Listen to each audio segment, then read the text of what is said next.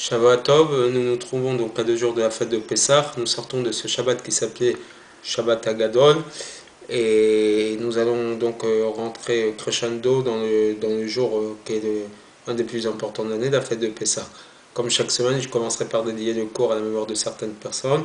D'abord à la mémoire de Claude Jacques Yaakov Ben Chomsa, dont c'est demain soir, Bezrat Hashem, les Shloshim, le mois avancé pour cause de fête de Pessah. Donc je précise qu'on est ce soir Motzei Shabbat samedi soir et donc dimanche veille de Pessah coupé par la fête de Pessah, même si ça fait pas exactement un mois qui nous a quittés.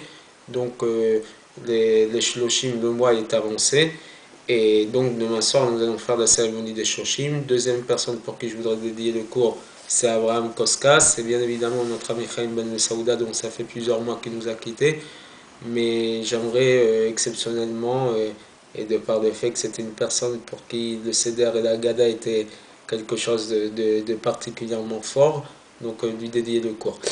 Ainsi que pour la guérison, la refoua Shema de plusieurs personnes. Évidemment, mon père David Ben Rachel, mon oncle Yehuda Ben Rachel, ma tante, leur sœur Bila Bracha Bat Rachel. Je continuerai avec Eliyahu Ben Rivka, Rivka Bat Esther, Rinat Bat Chava, Asnat Bat Bariyab, Patricia Bat Miriam, le jeune Jonathan Shimshon Ben Bako, dont j'espère qu'il va beaucoup mieux, le bébé Odaya Chaya Badriviki Rivka Shila, dont je n'ai pas de nouvelles, mais j'espère que notre ami Julien et d'autres pourront nous en donner des bonnes.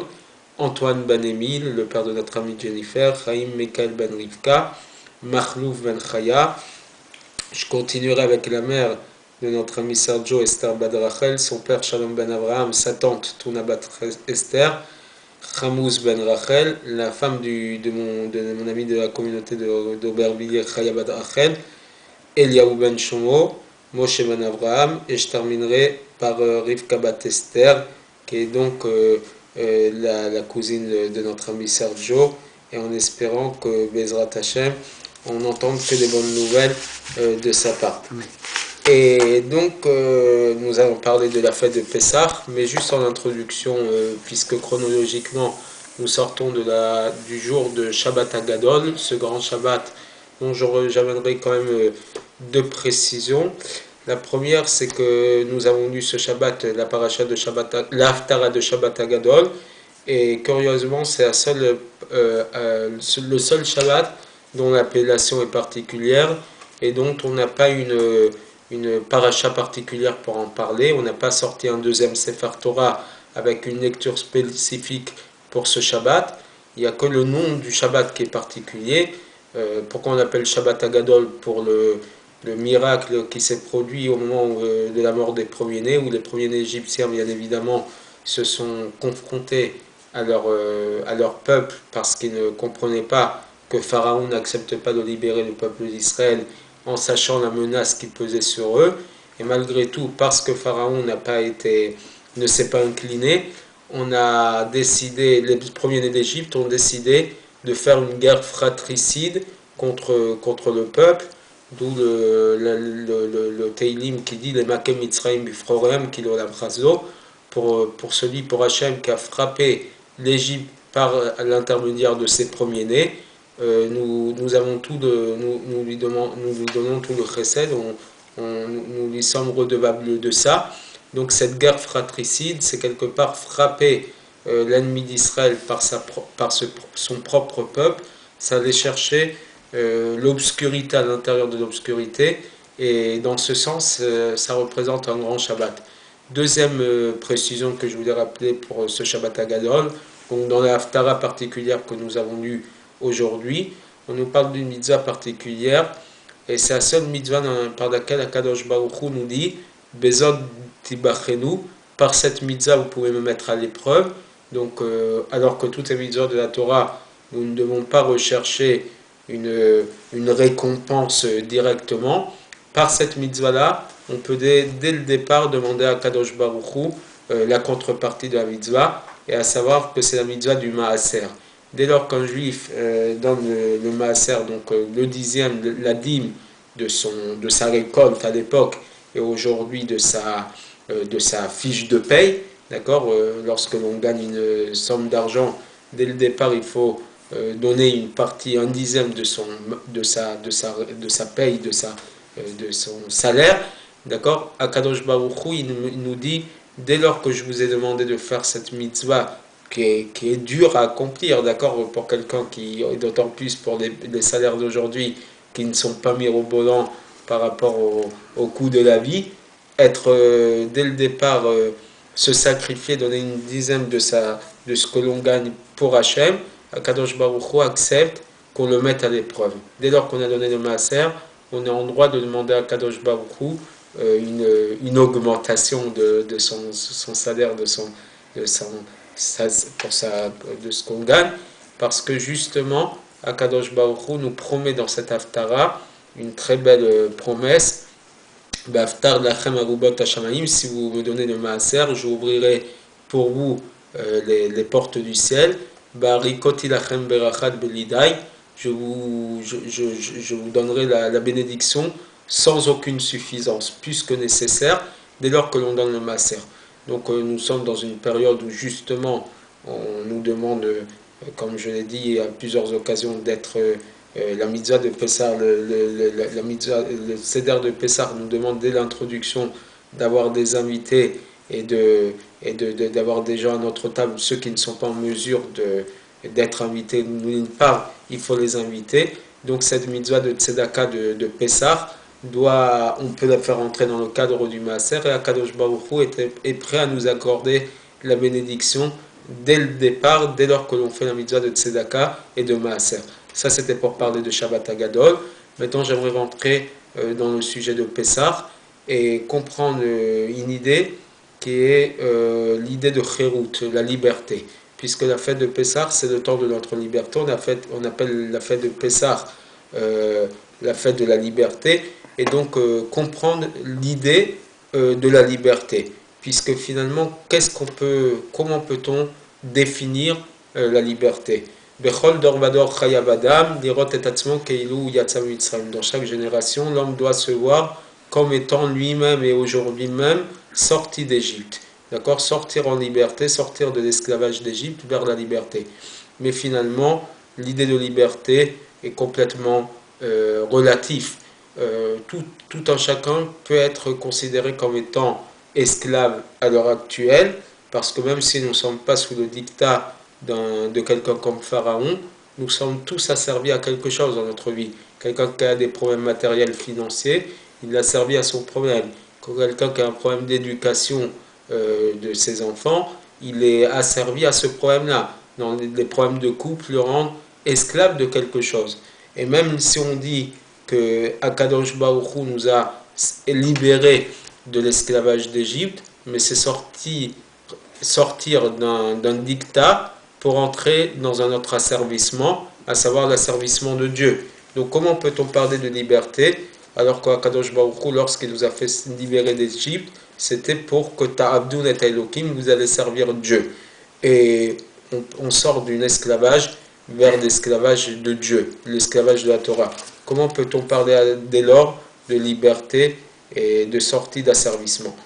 Alors pour comprendre ça, il faut déjà s'approfondir sur la notion de liberté. La liberté, comme je l'ai dit, est une notion assez relative. Comment peut-on parler? Quelles sont l'idée de liberté, par exemple, pour tout ce qui est le monde minéral? Quand est-ce qu'un minéral est libre?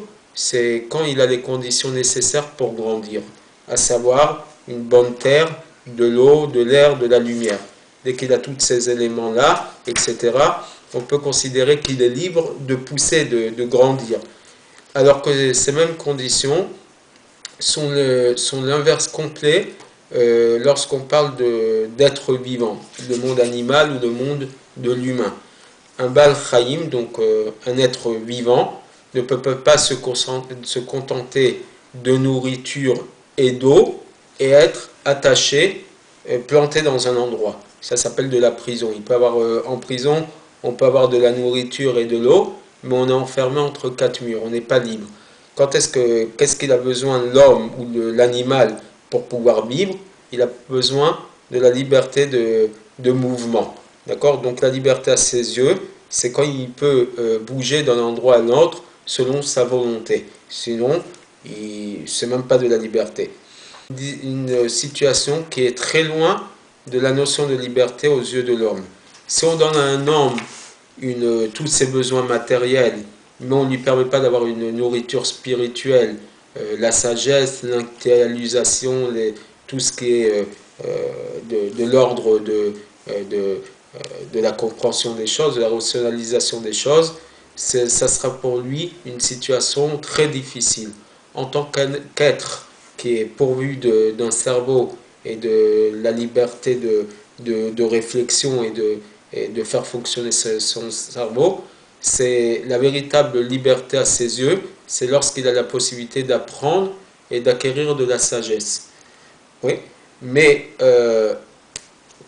même en tant que, lorsqu'on parle de toute cette liberté-là, ça ne répond encore pas à la notion de liberté de l'âme juive.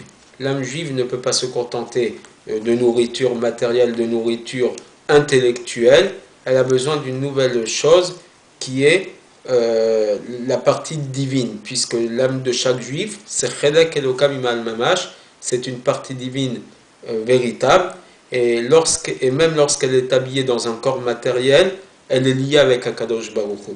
Donc la liberté dans cette forme-là, c'est quand elle a la possibilité d'approfondir ce lien avec le divin par l'intermédiaire de la Torah et des mitzvot.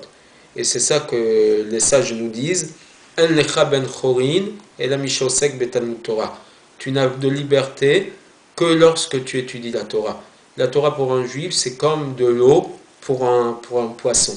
J'avais raconté l'histoire de Rabbi Akiva qui un jour, il a rencontré Papouz Ben Yehuda et qui lui a dit comment peux-tu continuer à enseigner la Torah alors que les Romains te recherchent, sont en train de te rechercher pour t'emprisonner parce que justement tu enseignes la Torah. Et donc Rabbi Akiva lui a ramené l'exemple, la parabole du poisson qui est d'un côté se retrouve face à des pêcheurs, face au filet des pêcheurs, et de l'autre côté il se retrouve face à un renard qui lui dit tu devrais quitter cette eau puisque tu risques de te faire attraper par le pêcheur.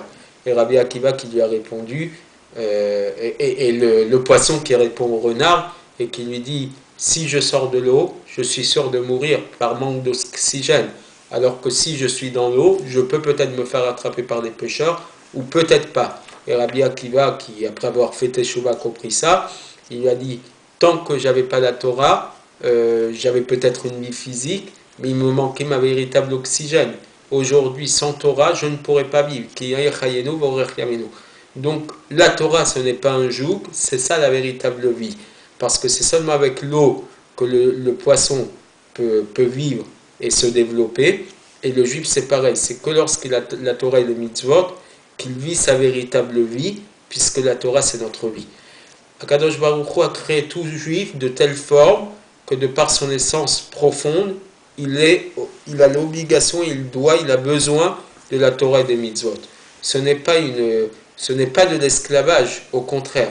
C'est toute sa réalité, toute sa raison de vivre, c'est pour servir Dieu. Et donc, même si paradoxalement, ça a l'air d'être un joug de devoir, à chaque fois avant de partir en vacances, devoir décider de partir dans un endroit où je vais pouvoir trouver une synagogue, pouvoir trouver une épicerie cachère pour pouvoir manger cachère, etc. Paradoxalement, ce qu'il semble être de l'esclavagisme, parce que je n'ai pas la liberté de mes choix, c'est finalement ça véritablement vivre pour un juif. Et c'est comme ça que nous arrivons au sens véritable de la notion de liberté. La véritable liberté, c'est donner une expression complète, parfaite au désir de l'homme. Et chez un juif, que sa véritable existence, c'est son âme divine, la véritable liberté, c'est lorsqu'il peut servir Hachem et s'y attacher encore plus et plus par la Torah et les mitzvot. Quelque chose qui, aux yeux d'un autre homme, est comprise comme un hall, comme un joug, comme un cloisonnement, chez un juif, c'est sa véritable vie, et ça, c'est sa véritable liberté. Donc, je souhaite véritablement qu'on arrive à la fête de Pessah en comprenant véritablement qu'est-ce que c'est que notre liberté, Akadosh Baruch Hu nous a libérés que dans ce but, dans le but qu'on reçoive la Torah et qu'on retrouve l'expression parfaite de notre attachement à lui.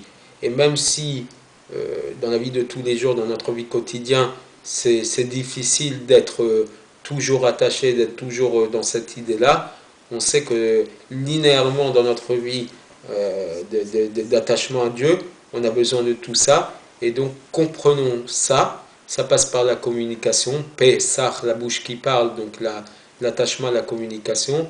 On a le droit et on est en mesure de communiquer entre nous. Nous sommes en mesure et en devoir de communiquer avec tous ceux qui sont en recherche, en demande de cette communication-là, qu'ils soient juifs ou non juifs, qu'ils soient de notre communauté ou pas. Et espérons que nous serons dignes d'être le peuple du livre, de continuer à être le peuple qui apporte la parole divine, qui essayons d'apporter la parole divine sur cette terre. Ça passe beaucoup par la Emouna, par notre foi. Sachons rationaliser, mais pas toujours. Sachons nous attacher profondément à ce qui fait notre force. Et avec l'aide d'Hachem, nous passerons une bonne fête de Pessah, en espérant que cet esclavage, cette galoute, cet exil se termine cette année et que nous puissions poursuivre la fête de Pessah dans le troisième Beth Amikdash reconstruit. Je terminerai avec la parole d'Arizal qui nous dit que tout celui qui s'efforce pendant la fête de Pessah de ne pas manger du chametz, de ne pas avoir du levain, il sera assuré d'être toujours, de ne jamais fauter. Cette phrase est assez sibylline, assez ambiguë. J'espère pouvoir l'expliquer, Bezrat Hashem, dans le cours de la semaine prochaine, si on a la possibilité d'organiser un cours entre les fêtes, entre les premières et deuxièmes fêtes. J'espère pouvoir le faire. À ce moment-là, peut-être que ce sera l'idée de ce deuxième cours de cette année sur Pessah. Mais en attendant, je vous souhaite une bonne semaine, une bonne fête de Pessah. Et je vous retrouve dans quelques instants pour l'histoire de la semaine. Shabbat Tov et à tout de suite.